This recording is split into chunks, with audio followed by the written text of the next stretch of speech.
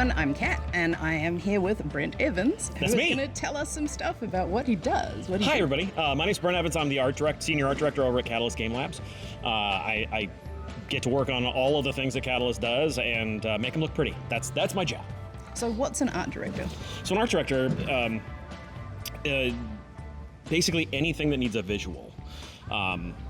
There's a whole orchestration, herding cats, dare I say, process of gathering artists from around the world to work on anything. Mm-hmm. And so my job is literally to hunt down, to track, to recruit, to train, develop artistic talent. And Catalyst uses a 100% freelancer art core.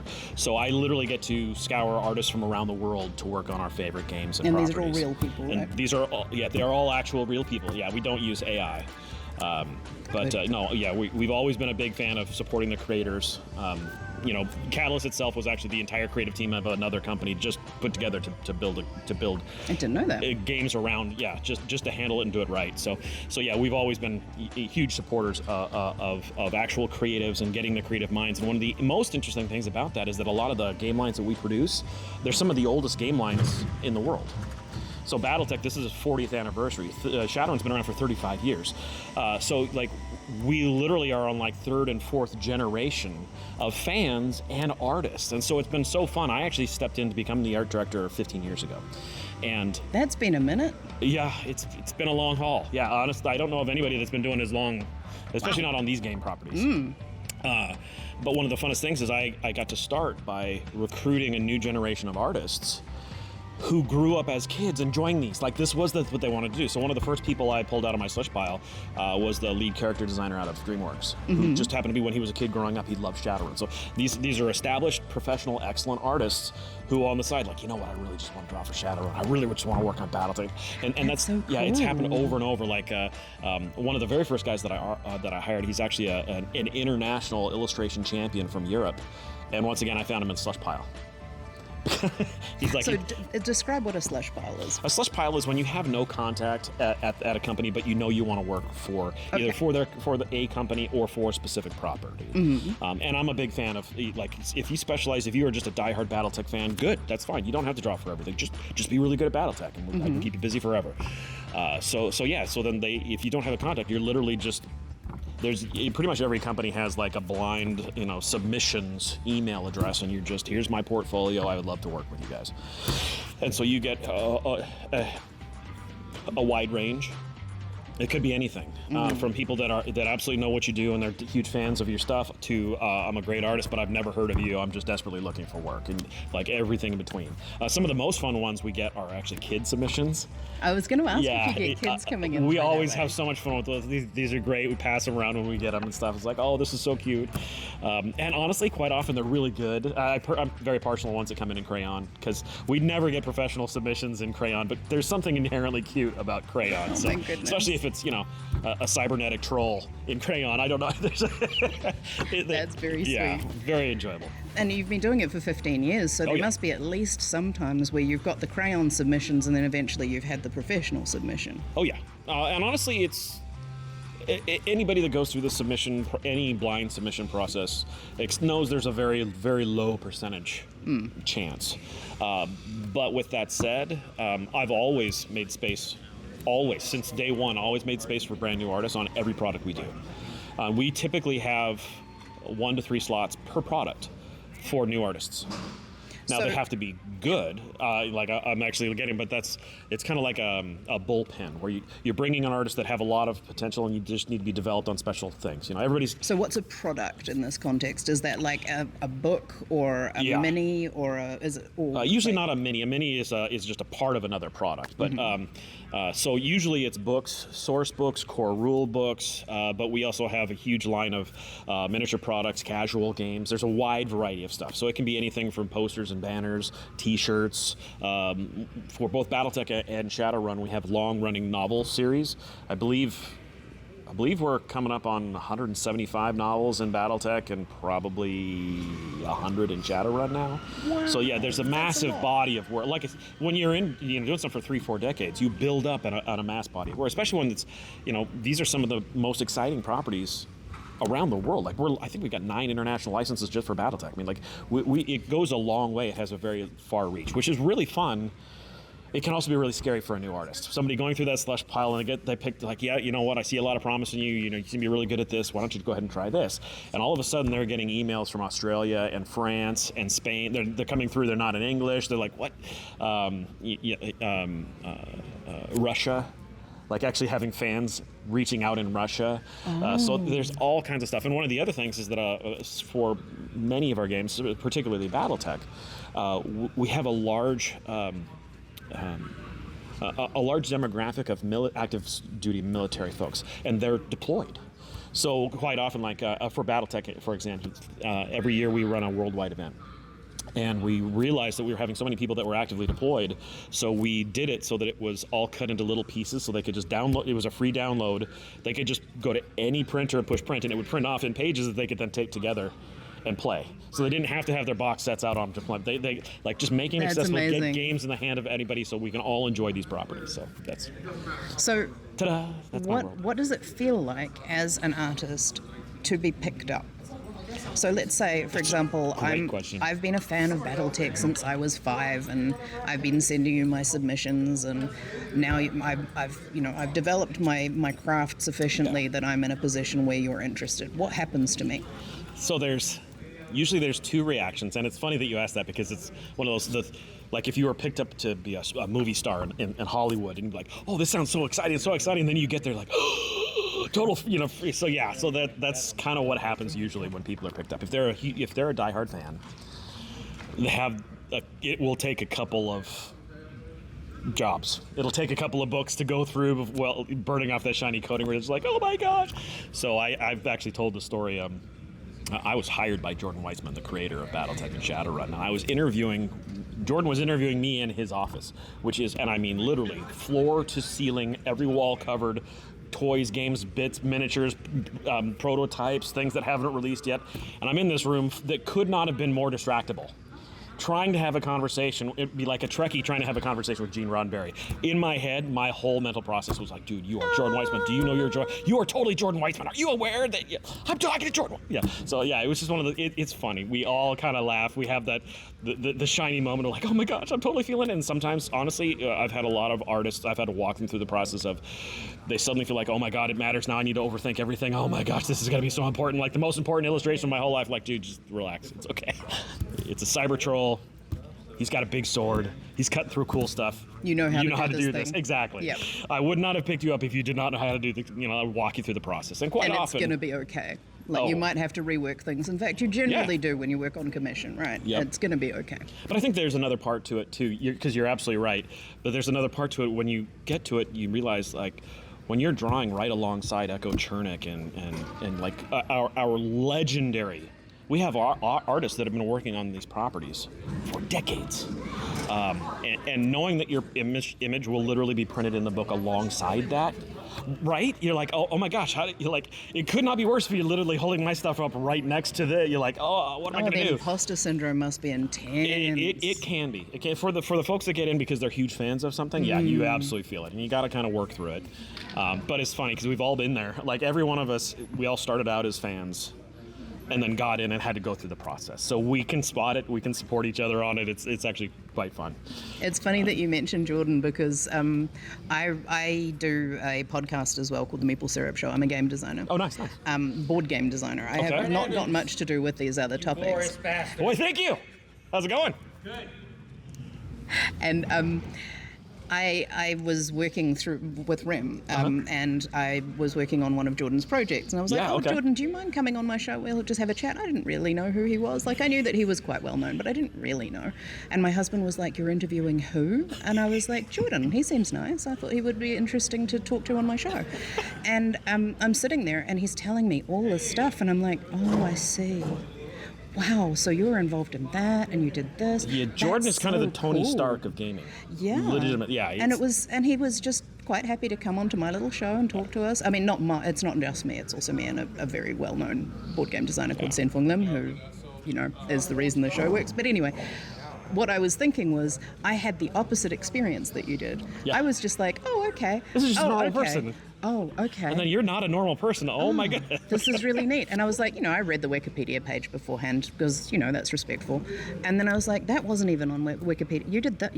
Wow. Oh, cool. Yeah. And I think that experience as well is something that a lot of people coming into this are going to have. Right. As they discover how much influence it's had. Yeah. So do you have artists who are just like, oh yeah, this is robots, I like robots, I'm going to submit some robot stuff, and then they gradually discover what they've done? Has anyone done that? A little bit, but it's funny because there's very few people that draw robots that think that just there's the generic robots. It's people that don't draw robots that think it's generic robots. Once you get into it, you're like, oh, well, that's a Voltron, that's a Robotech, that's a Battletech, that's a Manga. Like you can go to the show, you can just go down this long, deep rabbit hole of different mecha-related properties. But quite often the hardest thing is actually you get in and you're drawing them, and you realize one of the hardest things when drawing robots is to make it look like our robots. Because everybody else's robots have unique things, and the fan base knows exactly what all of those things are. So if you get that wrong, the fans are going to light you up. And with our fans, when you have 9 languages worth of fans lighting you up because they don't like the way you handled something, you got to make sure you do it right. And you're not just drawing something out of your brain. You're drawing something that has been made into a 3D thing, that has been made into all kinds of other things, where people have literally sat there and painted those to the details. millimeter, all the little details. Yeah, that's a lot of pressure. What's really funny is that's the problem, the challenge that folks getting into it now have. When I got into it, because I was one of the core illustrators for 9 years before I was going to ask, asked, so you're also an illustrator? Yeah, so I was. Okay. Yeah, so I actually was a freelancer for 17 years before I was handed the reins to become the art director, which was great because they needed someone that spoke artist. Like it's a total foreign language. Ask. I was always corporate by day and illustrator by night, so I spoke both business model and here's how you speak to artists. And it was funny because when they hired me, they're like, yeah, we need you to run all 3 of these game lines. Go ahead and grade. I'm like, awesome. Hand me the names of all my artists, and they hand me 6 names. I'm like, that is not an art core big enough to handle 3 ongoing massive lines. It's not even close. So within 6 months, I had 300 artists working for me from around the world. That feels a lot more reasonable. Yeah, but it meant that Gen Con was me just doing nothing but portfolio, all the portfolio reviews I can get into. And it was funny because Randall Bills, the creative director basically of Catalyst Game Labs, and Lauren Coleman, the owner of Catalyst Game Labs, they love to listen in, especially because they had never actually really worked alongside a fully qualified art director. And they were listening to me give portfolio reviews. And they were like, you are the most brutal reviewer we have ever heard. Oh my gosh. You say things we would never say to somebody, and they love you for it. Give me an example. Well, the thing is when you're an artist who's an art director, you know the craft, you know the process. So when I'm looking at somebody, it's when I'm looking at something and I'm like, okay, clearly you're having an issue with smoke and backgrounds. You're having an issue right here with anatomy or proportions. You're having an issue with foreshortening and hazing. There's right things, and I can just tell them, okay, here's where you're obviously short. You're clearly challenged with this, and this is what you're struggling with, and here's how we get you past that. There's and that's that part doesn't sound brutal. I'm an illustrator. Okay. That sounds super useful. Yeah, right. But for me, somebody, I'm they're like, you just cut them apart. You're clearly having issues with this, and this. That's I'm why I wanted but they ask. were. And that's that's I've been asked before, can you help me with what's wrong with my illustration? People aren't happy with this illustration. I'm like, well, anatomy. And as an illustrator, it's a set of tricks. You're just adding tricks to your tool chest. And you just need to understand foreshortening. That's your problem, or whatever. Exactly. And here's how to quickly do. There's a lot of ways to do that takes a really long time.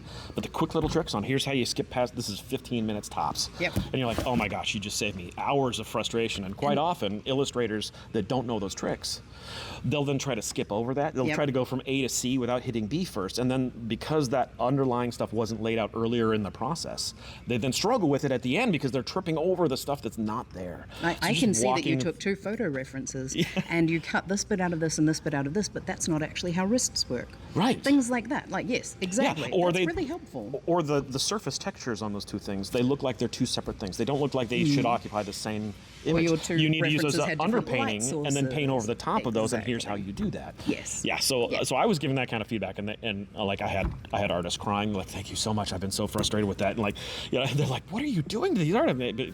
But honestly, it's caused that we have such a loyal core group of illustrators because they love working with an art director that actually knows how to properly art direct. And that's, honestly, in my opinion, in 17 years as a freelancer, that was a rarity. Usually art directors come out of editing. They're writers. And I'm like, okay, well, a writer does not understand the craft of creating visual imagery or storytelling. That's two totally different specialties. Amazing specialties. Catalyst is one of the few companies that I would say does an excellent job of both, because we allow each other to specialize and we tag team. One of the other things that's really fun about being an art director at Catalyst is that before I became the art director, we had a project that was very complex, and we were trying to do something that we didn't know how to do. Like, we have a villain that needs to be able to flip the table, basically, on the universe and attack everybody at once. I thought you meant literally, and I was like... yeah, well, no, like, Battletech, it's 14 nations within the inner sphere, functionally 2,700 planets with cannon, and we needed to be able to fight a war on not one front or two front. We needed this villain needed to be able to attack everybody at once. And you're like, okay, in order to find a way for that to happen, we need to start inventing some stuff. So, otherwise, it just doesn't make any sense. A war on 27 fronts doesn't seem even believable. That's a lot. So how do we make that happen? So over the course of the process, I was asked, first off, we need you to design a whole set they needed me to design a whole set of mechs for this villain. A whole new faction, a whole new thing. And mechs are the robots. Yeah, mechs are the robots. So that's for those who don't know. That don't know what mechs are. Yeah. The trick with it was of, like, I would draw I'm alone in a room, I'm drawing all my stuff, I turn it in, and I'm waiting for feedback. And then they would discuss it without me a part of it, and then they would give me feedback. And we went back and forth.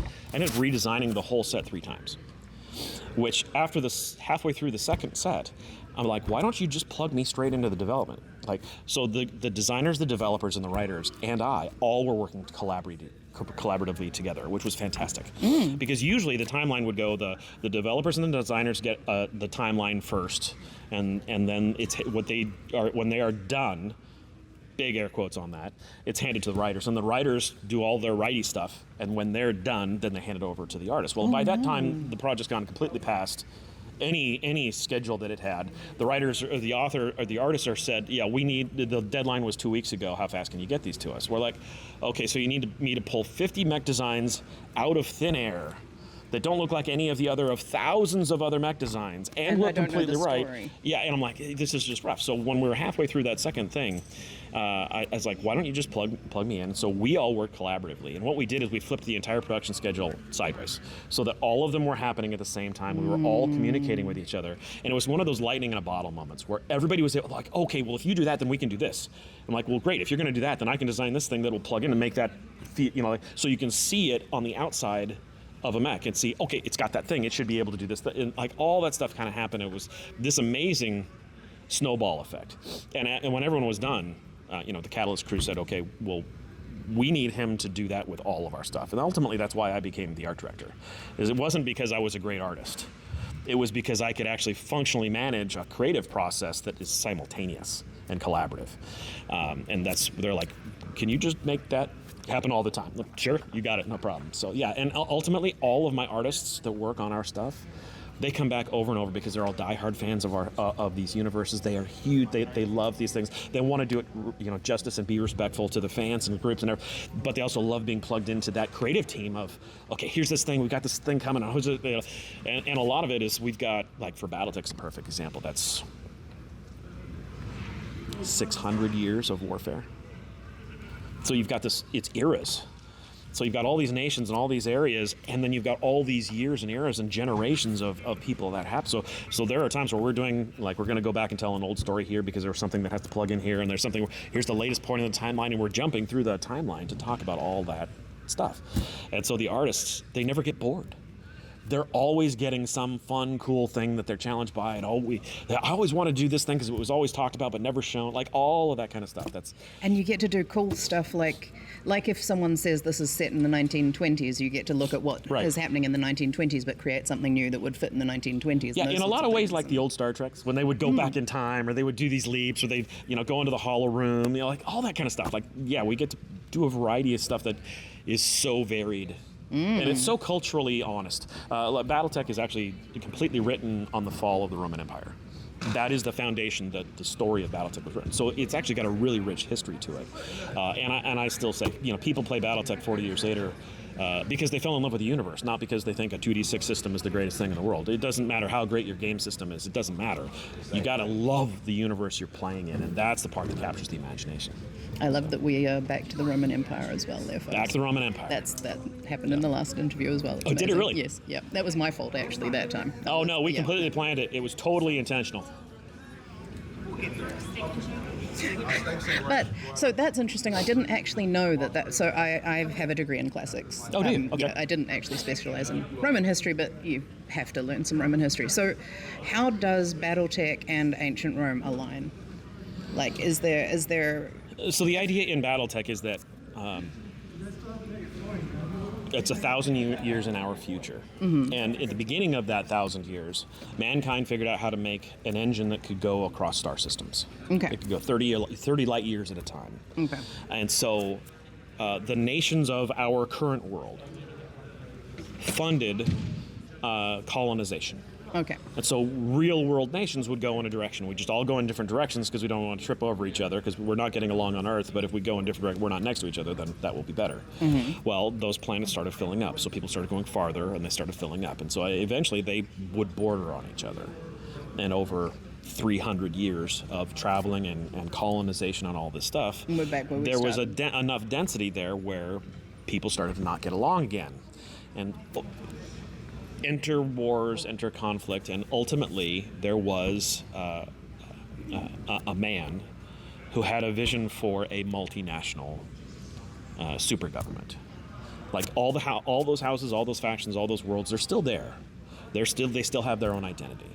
But we need one group that comes together, kind of like the UN, but with its own military.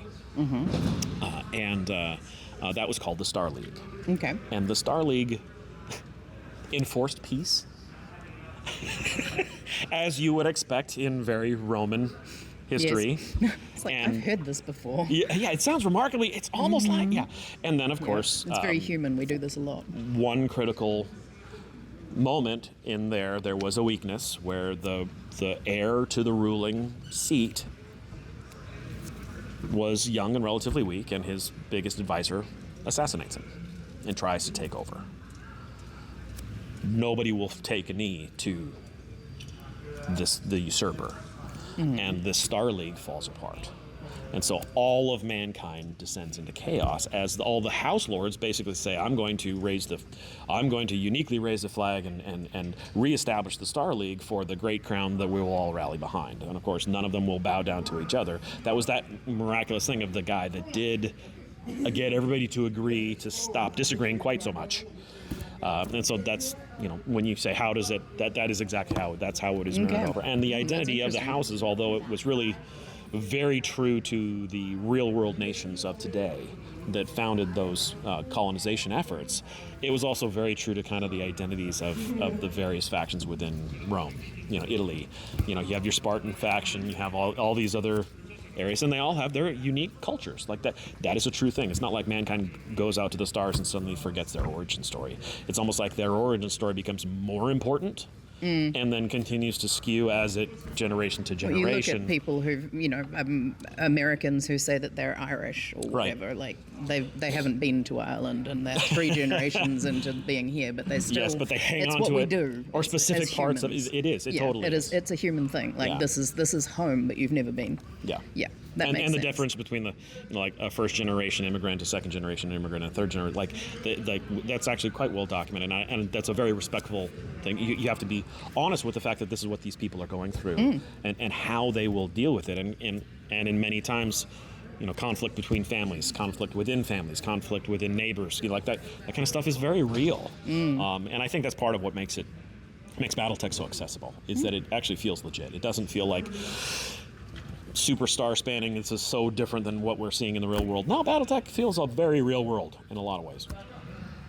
And illustrating that, how do you tell that story through pictures? That is a very good question, and it goes back to the very, very beginning. So in the beginning, there were 3 properties that basically all released at the same time. And they used the same mecha. Okay. Robotech, Transformers, and Battletech. Right. All released at basically the same time. They all had different niches, but they all did their own thing. Now, Battletech very quickly established itself as the realistic one, where the mecha, they have weight. These are big walking tanks. They don't get to do somersaults. They don't get to dodge lasers. They don't. That's what I grew up. Yeah. So I remember Robotech. Japanese animes. Yeah. So Japanese anime is a perfect example. Is the 12-year-old that stumbles and accidentally falls in the cockpit and somehow manages to outfight everybody that's actually trained and has experience, and they become the hero. That would never happen. They would never figure out how to get it turned on or move. In Battletech, it is very, very weighted in that our mecha have weight. They're very constrained by the realities of size and scale. It's a 3-story tall walking tank. So if you fall, you're like in the game. You're making. Did I just bash my face unconscious on the console? Like, did I just get wounded? Like, am I going to be able to stand up? And you're actually trying to roll to stand up because this is a 3-story tall walking tank. That's not an easy thing. It's not like you just magically push a button, boop, oh, now I'm back up and I can fly. No, that's not how that works. So you have to draw weight. You have to draw weight. So that's the first thing, is it literally, like all the things, it has weight. So you're always doing like little ground shake by the foot, little bits of dust and debris coming up as they step, because it's like the Tyrannosaurus Rex in Jurassic Park. It steps and the rings happen on like you could feel it. Everybody on the ground can feel it. So there's that kind of thing. The other thing that you do is you remember that the hero in Battletech is the pilot. It is not the mech. It is exactly like the movie Top Gun. Right. The heroes in Top Gun were the pilots. They were not the planes. I mean, the planes were cool, and when they could flip over and get a picture of it, that was really, really neat. But it was the pilot. The pilots were. So quite often, if you ever look at our images in Battletech, you'll usually see that you can see into the cockpit. You can see at least some indication that there's somebody in there at the controls. And ultimately, that's the difference between the quote-unquote big stompy robots. Robots don't have pilots. Mecha has pilots. So yeah, it's not that the hero is the mech, and sometimes that allows the storytelling where when a notorious mech shows up, and it's got the blacked out cockpit so you can't see in, the fact that that's the one unique one makes that actually really have weight, because there are some villains, there are some characters that are. They walk in and it changes everything. Like, oh snap! Like that stuff happens. Like the knights in the stories that have their visor down the whole time, kind of thing. Yep. I gotcha. Yep, I can see how. So, I'm not terribly familiar with the Catalyst world, but I can see how this plugs into a variety of existing storylines and things that people understand and so on. It must be a lot of fun to it is a lot build of fun. New things to fit into this world. Oh yeah, because when you're building new things, they also have to pay homage and respect to all the old things and fit right alongside. And sometimes, like within Battletech, there's 1,000 years worth of history there, and easily 600 years worth of technology levels. And in Battletech, when the war happened and Star League fell, they bombed each other so much that they lost a lot of technology. So the old stuff, the stuff that's 300 years old, is better than the brand new stuff straight off the production. So like you'll have families where they will have a mech that is the family, like this is what makes them royalty, is that they have this mech. Right. And their best. And it's Theseus's ship mech. Yeah, they've just been there's one thing, and so when you see a military unit full of these mechs, every one of these these are all nobles. Because they are, these are the legendary war masters right here. The battlefields are dominated by mech warriors.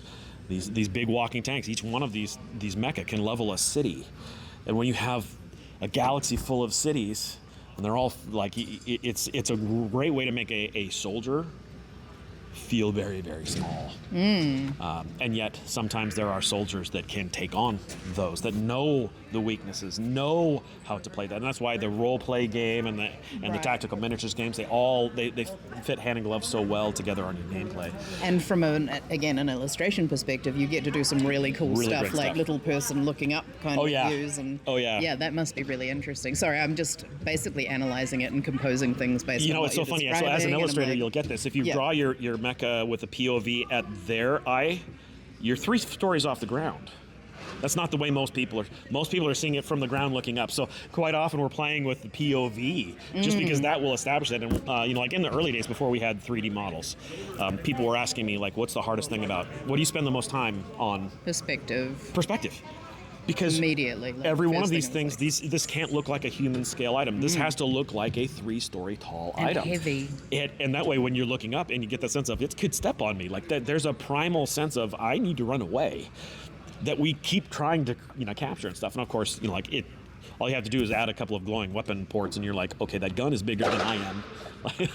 Like that is massive. Like they have Gauss rifles that shoots a bowling ball sized. Projectile at hypersonic speeds. And you're like, you got to be kidding me. Like, that is a massive thing. So yeah, you have all these weapons that are truly, truly scary and very cool. And having that scale, the human scale, to make it, that must be very interesting to art direct. Yeah. I haven't done much art direction. I've generally done my own art direction in a lot of cases, and it must be really interesting sort of explaining your vision and then also giving that artist enough space and freedom to be them within that vision. Right. How do you do that? It's funny. Just like anything, it is a skill you learn. I wish art schools taught art direction really early on, because the truth is you'll become a much better artist by learning how to art direct. Just some basic things of like, as an artist, an illustrator, you're constantly thinking about how do I draw this? I wish we spent more time thinking about what are we drawing. Like I can spend 3.5 days and draw a perfect photorealistic chair. It'll have the wood grain, it'll have all the scratches, the weathering, it'll have all that stuff, and you'll look at like that is an amazingly masterful illustration of a chair. It's a chair. I could take out my phone and take a photo and be done, just like that. I want to show you guys pictures of things you can't see, things you've never seen. What have we never? How do we break that mold? And so quite often, especially with characters, is where it happens the most, is see character shots. And if you were to think about the art direction of this character shot, it'd be a dude with no expression standing looking bored. This is a person with no expression with constipation. This is a person that has never had a thought in their head. They're a blank canvas. They could actually just be a hollow head. They just and quite often the difference between a really good character shot and a character shot where like, oh man, I want to play this character. Oh, this character is. It's just the fact that the artist thought past the how do I and went to what should I, and it makes a huge difference because like little things like those expressions when somebody wants to be mischievous, when you have a character that is a little diabolical. Like, there's a wide variety of ways to show that. What's really fun is a character with open hostility. That's actually so rare. Like, and it's not just body, because 80% of communication is nonverbal. So it's facial expression, hand gestures are the biggest parts of that, and then body language. So if you get facial expression, hand gesture, and body language, you know how to tell that story right, the visual impact of some of those characters coming to life is amazing. And that's a really fun thing, because quite often, like, characters that come through the slush pile or like the blind submissions or whatever, and I'm looking through, I'm like, okay, yeah, you can render really well. This is a great costume design. Yeah, great costume design. This character looks, I would never want to play this character. They look bored and vapid. Like, there's nothing here. And yet sometimes you'll see, okay, now clearly I can teach someone how to render. Teaching someone how to think is a lot harder. I mean, like, I can practically, here's your 3 tutorials, here's how to render, here's how to make your surfaces look like they're made out of different materials, here's how to add textures. Honestly, anybody can go on YouTube and learn that stuff. That's not hard. But the actual thought process of what are you drawing, who is this character? And so, like, there was one legendary character that is still just one of those ones that everybody knows and either loves or hates in Battletech. So she was the younger sister of the ruler. Their 2 houses got joined together by marriage. And the rulers had a set of kids. And the oldest son just wanted to be a soldier. He didn't want to be a ruler. He didn't like all the things that rulers have to deal with. He just wanted to be a simple soldier, which was never the role that he was cast in. So he's always forced into this other thing. His younger sister always wanted to be a ruler. She never wanted to be a soldier. She's like, I want... She understood the plays of power, and she wanted to. She was extremely good at it. And she's beautiful. She's tall. She's regal, and at heart, she is an awful human being. Anyone who wants power is probably a terrible person. Right, and I mean, awful human being to the point of, like having siblings killed off, ready to have mom killed off. Like, this is someone who has no problem with regicide. They're willing to literally genocide half of their nation. That sounds like because a successful ruler. Well, if you're going all the way back to Roman times and then human history, that's what you've got to do. Yeah, you see a lot of that stuff. It's not nice, but it's... So when you're drawing that character, giving a speech on a podium to the masses, how do you draw them? Do you just... Are they the regular person you see on the news every day? Or is there something more to their facial expressions, their body language, something about them, and finding new, unique ways to do that? And the angle that you draw them from can make a big difference. The lighting. Yeah. How about the podium that they chose? Because it's blocking the view. They don't want a podium. They don't want, it's kind of like that Tony Stark. No, the full diva, all the way. Like that kind of thing. Like, you really have to put yourself in, as an artist, to do it right. Put yourself in the head of each one of these characters and think it through. And once you think it through, usually that's where the magic comes from. So you get the best stuff that way. That's really cool. Yeah. Well, this sounds like the kind of thing that I think a lot of artists could get a lot from, just listening to what you were saying there. Absolutely. If you were going to give advice to anyone who is starting off now and thinking about becoming an illustrator... Absolutely, that's easy. What would you say? Specialize. Find something you are truly passionate about and become exceptional at that. So, every art student graduating from any art school is generalist. They rarely have a specialty. And they're honestly rarely very good at more than 3 things. I would say, when you see an image that someone is clearly playing to their passions, they're playing to their strengths, they're playing to the things that they know really, really well, they will deliver a depth of level and detail that will just simply exceed all of the generalists. So if you are a diehard mech fan, and it doesn't even have to be Battletech. It can be whatever the thing. You could be a diehard Voltron fan. I actually have an artist right now working for us because they were a diehard Voltron fan. There's not a lot of those out there. I don't get flooded with portfolios for wannabe Voltron artists, but there's a few of us, and Voltron has this cool, awesome history. And it could be Robotech, it could be Appleseed, it could be any of the things, and this goes for anything. It could be, if you're a fantasy person, is it a generic fantasy or is it Skyrim? Is it D&D, or do you like the Pathfinder interpretations? But like all those things, go ahead and specialize. Identify what you are the most excited about. What keeps you up at night? You can't wait to draw this. I got to get up. This is so much. Oh man, I got to get this out. This is good. Such a cool idea. If you follow that, then your imagery, and you don't need a full portfolio. You could have 1 image. It could be 5 images, but you do those images, and those are the images that are going to get you hired. Those are the ones that you're going to show something so spectacular that everybody it'll catch their eye. And so quite often, like a show like Gen Con is kind of magic. That's where everybody comes together and shows off the best they can. So if you walk through this show, you'll see banners for every old game, new game, every new release. Oh, this is a new reprint. All that's. You'll see the banners and the imagery that they choose to use as promotional shots. And usually, those are 1 image out of anywhere from 50 to 150 in some product. But that was the one that vibed the best. Yep. Like, clearly the artist was playing to their strengths. They were passionate about this thing. They had a really cool idea. They came up with something that just, it stood out above the rest. And it doesn't have to be illustrated better. It doesn't have to be more finished. It doesn't have to have more details. It can be looser or rougher or anything. It's the one that makes you feel the thing. Yeah. So, you can, the concept artists can do it. Impressionist illustrators can do it. A lot of the graphic artists, actually, like graphic designers, where this is just a 1-color thing, but man, there's something about it that is so dynamic. Like, damn, you totally nailed it. If you think about Blade Runner, Blade Runner is one of those properties, which is really like the precursor, the forerunner for Shadowrun.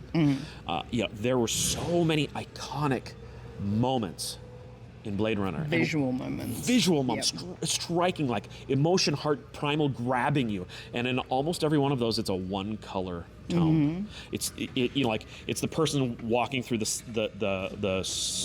was like a dust storm, so it was all red in Vegas. and everything's blurry. You can't even really tell where they are, but it's just this form of somebody clearly walking through. You're like, where'd they come from? How are they not dead? Where are they going? What's happening? You actually want to know. And I think that's that unique thing. If you can craft an illustration where the viewer wants to engage it, wants to know story? What was the 30 seconds leading up to this, and what's the 30 seconds right at, like you can just see like, oh man, something's about to go down. So, this is a moment. Right, you capture that and you're instantly engaging people. And it's fun at a show like this. You can actually, as an artist, sit back and watch, and the question is always, what image stops people in their tracks? Because they're in an aisle full of a flow of, it's like tide of all these people going by, and you'll see somebody like turn, and then all of a sudden they're like going against the current. Like people are suddenly going around them, as they're like, what is that? I want to go see that, like that. And that's what we're going for. What is going to be so cool that it's going to stop them in their tracks and inspire them to pick it up? Like, what is that? I want to open that.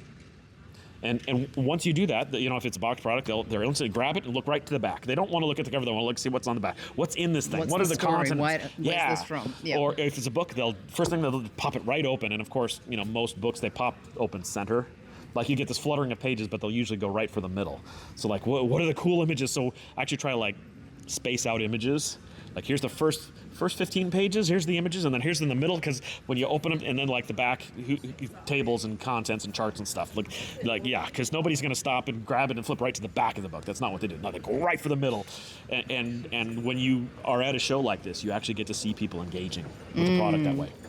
That's a really good way of testing them as well. It is. And so if artists have done this, and they've found these passionate, amazing things, and those happen to align with Catalyst products, how would they submit those to you? Just reach out to us. Either come up to the show. I do 10 to noon and 2 to 4 every day in the booth. I do portfolio reviews. And if somebody comes by and they have events that don't allow them to come in those times, I can do a special time. All the people at the booth know that they can just let me know when I need to be there and stuff. So I hire people from the show every year. Wow. Okay. In fact, every show that I go to, I hire people from. They don't let me out to do many shows anymore because we have so many deadlines now that are all stacked over. So like, no, you can't get away from the desk. Just chain you to the desk and leave you there. But every time we go to a show, we're hiring people right from there. Or you can just send me your submission email. My email is brent@catalystgamelabs.com. It's never been a secret. So just go ahead and send that. Cool. The truth is, if you submissions at Catalyst Game Labs, it comes to my email anyway. Either way, just go ahead and email me directly. Send me a link to your portfolio, and I'll take a look. We still are actively. We always look at submissions. I think we usually look at submissions within 2 weeks.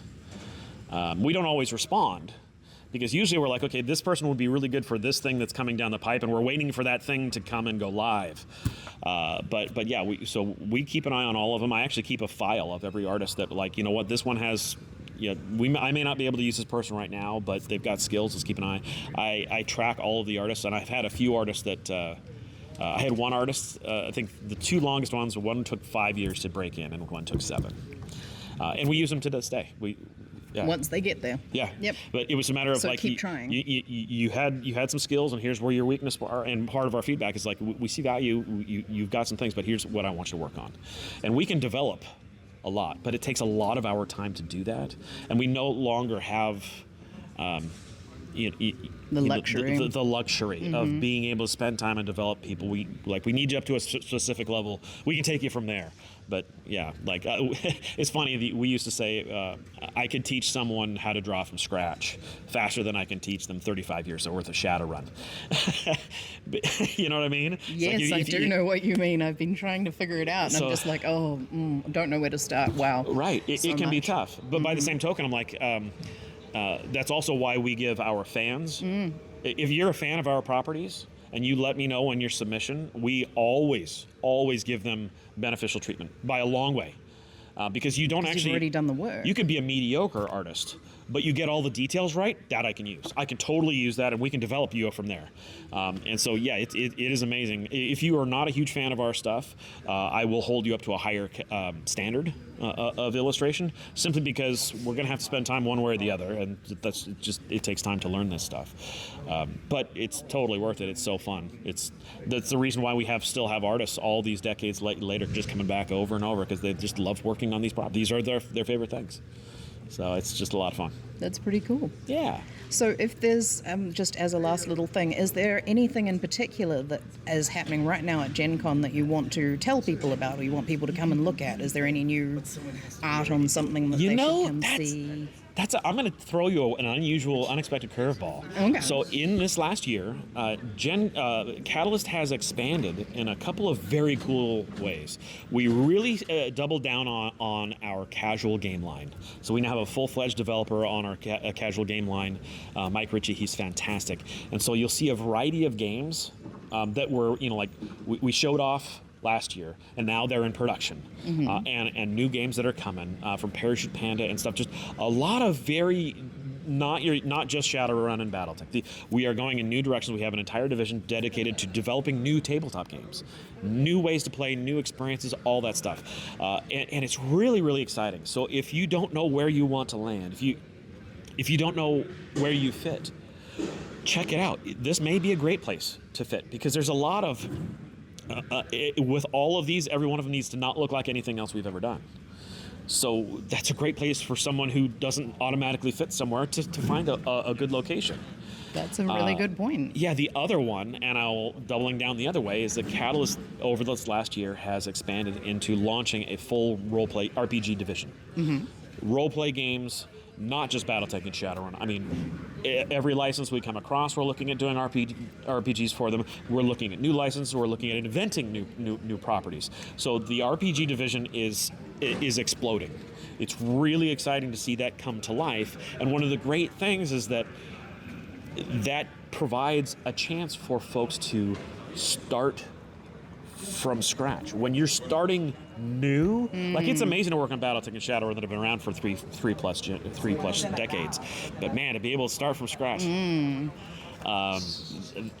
that's a rarity. And usually when folks start from scratch, this is the 80% chance it's not ever going to see the light of day. That's a huge risk. Am I going to get paid? With Catalyst, you're going to get paid. We always pay our freelancers. Nobody ever gets stuff working for Catalyst, and we clearly know how to do this. We've done this over and over. And Jason Hardy, who was the long-running Shadowrun line developer, has stepped out, replaced himself as Shadowrun, and now is spearheading this RPG division.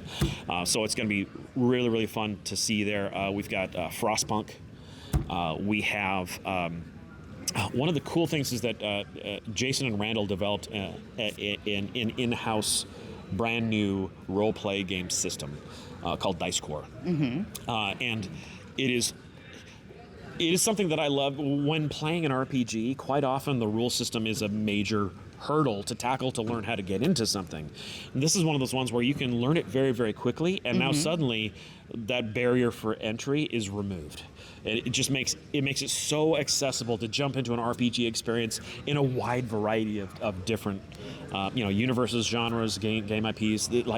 So many ways to do this that are a lot of fun, and I think it's going to go over really, really well with the fans. I think the gameplay experience is going to be a lot of fun. And Mike Mulvihill is the original designer for Shadowrun. He said this when he was talking about game design. He's like, especially when it comes to role-play game, but any game. There's the gameplay in the game, and then there's the gameplay above the table. Between the players, oh, did you see that? Oh, man, that was so cool. Oh, I can't believe you. Oh, man, you got me. Like, those the stuff moments. That you tell stories about. And exactly. Yeah. Those are more important than even the ones inside. He's like, that's if you can get that, that's the magic. And that's one of those things that I think we're going to absolutely fans are going to find with the Dice Core systems in being able to approach anything that we do with it. So I think you're right about that, because I don't have much RPG background. I'm very much a board game player and designer, and the rest of my team played you just said it, Frostpunk. Yeah. They just played Frostpunk RPG on video, and I didn't play it because I was like, I don't know how to do that. I don't want to slow people down. But I edited it. Okay. And I sat there going, oh, actually, this is really straightforward. You just do this thing. Exactly. And so I was able to grok how to do the thing. Yeah. Immediately, just from, it wasn't even taught to me. I was just editing a video. Yeah, so just watching it, you can pick it up. Accessible. Exactly.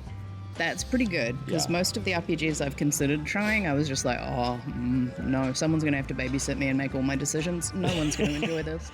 But this, I'm just like, oh, okay, yeah, now I understand why I do that. Okay. Well, and honestly, you're a perfect example of the way most gamers are, is that they find a type of gaming experience that they enjoy, and they stay compartmentalized in that day. And that's normal. In fact, we see that between games and comics, or games and novels. Like quite often people, they love to read novels, or they love to read audiobooks. And that's how they interact with the IP, is just that one way. And to get them to bridge into one of the other branches of the experience, this is not an easy thing. And honestly, it's very rare. So finding times where people are like, that's not my thing, but you know what, I can totally see how that goes. Like just the watching. If I can watch it for 5 minutes and I can figure out how to do that, all right, I'm in. This is an in. I can get in. So, I mean, that's what as a game designer, one of the things I need to learn to do is actually learn how to do the other things, right? But you sort of, as you said, you have to find something you're passionate about enough to actually learn through that, because otherwise, you're forcing yourself to do something just for school. It becomes tedious very quickly, it's no if fun. it's not your jam. Exactly. Whereas this, and I'm very surprised at it, because I thought I probably wouldn't be into it. But actually, I was like, you know what? This is something I can probably figure out how to do. Yeah. So, good example. And it's fun when you can just sit back and watch. It's kind of like the way most people learn Monopoly is from watching family members or playing. That's just kind of the way some games take on a life of their own. And if you look at some of the strongest games, historic, Dungeons and Dragons, and these experiences, and I would absolutely put Shadowrun in that category of this long-running, just these really titans of the experience. That sharing. You never want to say, I want to learn how to play this game. Okay, here's this book. Go read this book. No, I'm not going to learn anything that way. Let me sit down and roll dice and shoot you in the head first. Now I'm excited. That's just one of those moments, and so that's a great way to make it accessible. Yeah, well, I think those are all the things that I needed to ask you, I think. Is there anything else that you wanted to talk about? No, I just hope to see everybody here at Gen Con. I hope for those of you that can't make it, you're enjoying the videos and stuff. We'll be streaming ongoing and trying to share the experience. We're doing things a little bit different, because last year we were streaming on the floor, which was really loud and logistically very complicated. We've stolen someone's little table out here in the hall, and we're having a little recording here. So yes, food. Yes. So we're going to stop. We're going to stop now because there's pizza. Yeah. But shout out to everybody. Thank you.